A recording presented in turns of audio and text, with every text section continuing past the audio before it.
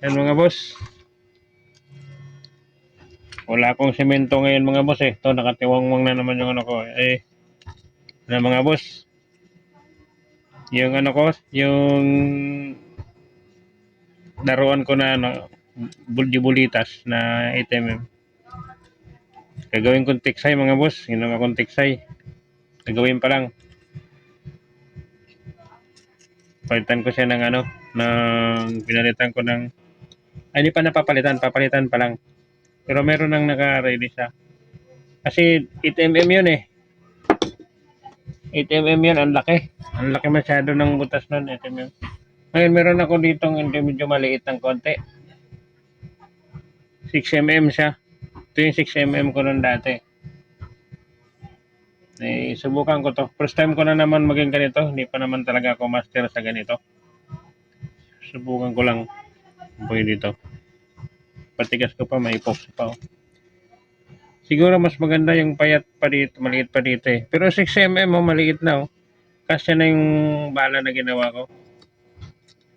Kasya eh. Tapos bukod pa sa ginawa ko na tong bala, mga boss, bibili ako ng ano, yung in-order talaga. Yung nyari na, nabala na sa Shopee, meron eh. Siyang kasya naman to eh. Laglag na laglag yung bala ko.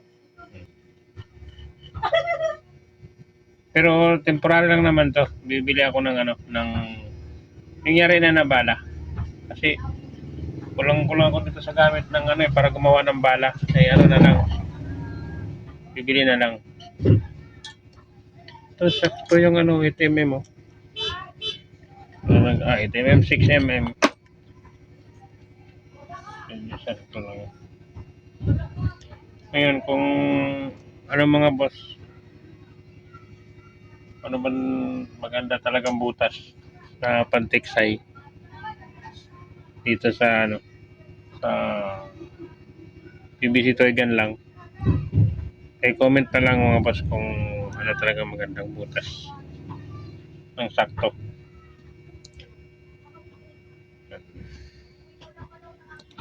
Papalitan ko pa lang. Itong ipapalit ko. Tinanggal ko na yung 8mm ko na bulitas. Ito, sinira ko na nga oh. Gawa na lang ako ng ano. Yung 8mm ko, yun tinabi ko. Itong ipapalit ko. Medyo maliit ang butas. 6mm to eh. Saktong-sakto yung ano niya eh. Hindi maliit eh. Sakto yung bala eh. Ng ano. Yung bakal. Hindi naman pako to. Ito yung ano eh. Tornilyo na mahaba eh. Pero baka mabigat to. Kasi purong bakal siya. Baka mabigat. Yung ordering ko na bala. Sa Shopee, subukan ko kung kasya dito. Yan, medyo maganda yun. Kasi mangyayari na yun. Gagamitin na lang yun.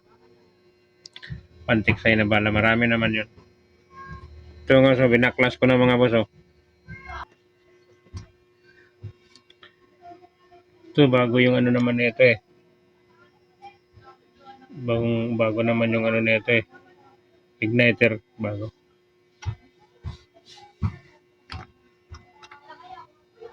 Tinanggal ko muna itong ano yan. Ano lang naman to eh. Ito. Check valve na. Ito lang naman yan oh. Ito. Maganda yata ang kuryente nito. Bagong kabit eh.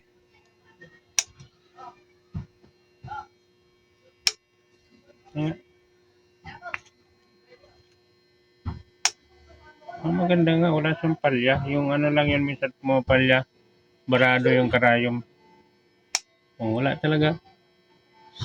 Subukan natin sa 10. 3. 4.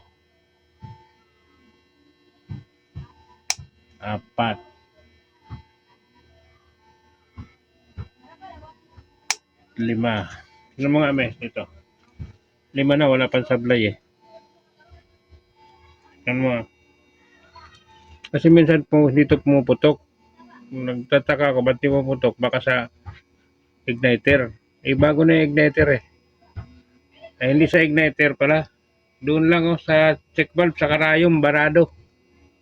Hindi maganda ang labas. Yan, kanina mga boss, pang 5 kalabit na yun, subukan ko 10, 6, 7, 8, 9, 10. Dito na nga lang. Walang sablay. Sablay yung camera. Walang sablay. Yung camera yung sablay. Ang ano, pagkatapos. Kaya kunting lihis mo lang ng lente ng camera ng gaya, natatakpan na siya ng labi nito. Hindi mo na makita yung lighter. Kung kumislap ba o hindi. Dito, pag sinilip ko dito, lang pala. Ibig sabihin, walang problema yung igniter natin. Ang may problema, nung ginamit ko to kahapon, 3 kalabit ko hindi pumutok. So, ang naging problema pala kahapon, barado kasi nung pinasingaw ko, binaligtad ko, hinugot ko. Ito naging problema kahapon. Ito, nagkaroon ng bara to. Ito, nagkaroon ng bara. Di ba nung binaligtad ko siya, lumabas na, sumingaw na. Kasi dinikit ko sa tainga ko, walang lumalabas. Sabihin, barado. Nung binaligtad ko, tapos pinaganon ko, umano na siya eh. Sumingaw, may tumasik, tapos dinikit ko sa tainga ko. Yun, may tumutunog na siya, gumagano na siya. Shhh! Tinisting ko. Tag-iisang putok lang. Ito lang pala yung problema. Yan mga boss ito. Oh. Bale, ano na lang, na patigasin ko bukas pa ng bubuhayin kasi magtitiktay ako. Gagawin ko siyang ano na lang, spray type. Yung denatured alcohol, spray type lang gagawin ko dito. Bale, hindi na siya bolt action kasi pantiksay ko to eh. Gagawin ko siyang pantiksay.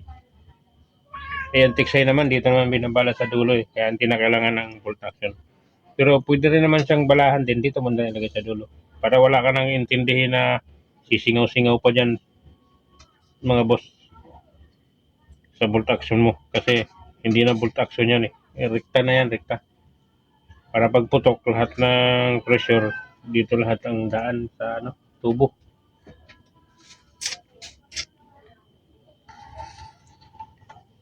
Yan, wala pa akong wala pa akong pagtakip dito sa dito sa sprayhan niya. Pero naka-ready na to. Tapos bibilihin ko lang kaya ng dyan, ng isa yung pagtakip dito. Tapos i-fix ko na to.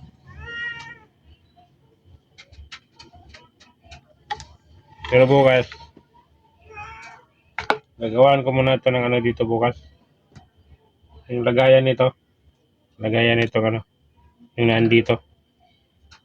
Bago ko i-fix para diretso na siya. Sa ngayon, bibili muna ako ng yung niya, pantakip dito. May bara na to dito, wala nang labasan to.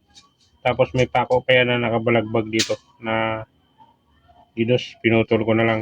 Tapos puno ng epoxy to dito yung bara na to. Ayan ang boss, hintayin nyo to. Tapos to, bibili lang ako bukas ng ititesting ko to dun sa ilog pag malinaw ang tubig. 6mm mga boss, 6mm. Try ko tong 6mm kung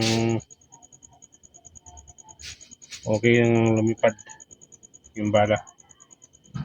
Lahat naman ng pressure nito dito, lahat ang punta lahat sa tubo kasi wala na itong wala itong bolt action. Diretso to, waga dihulog na to, dihulog. Yan. Yung 8mm ko, tinabi ko muna yung barrel lang 8mm ko.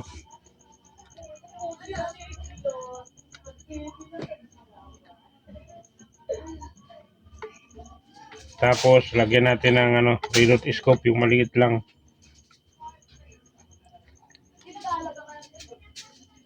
Igniter nito bago, maganda naman na igniter. Yan mga boss, salamat sa inyo. Bye bye at ingat kayo lahat.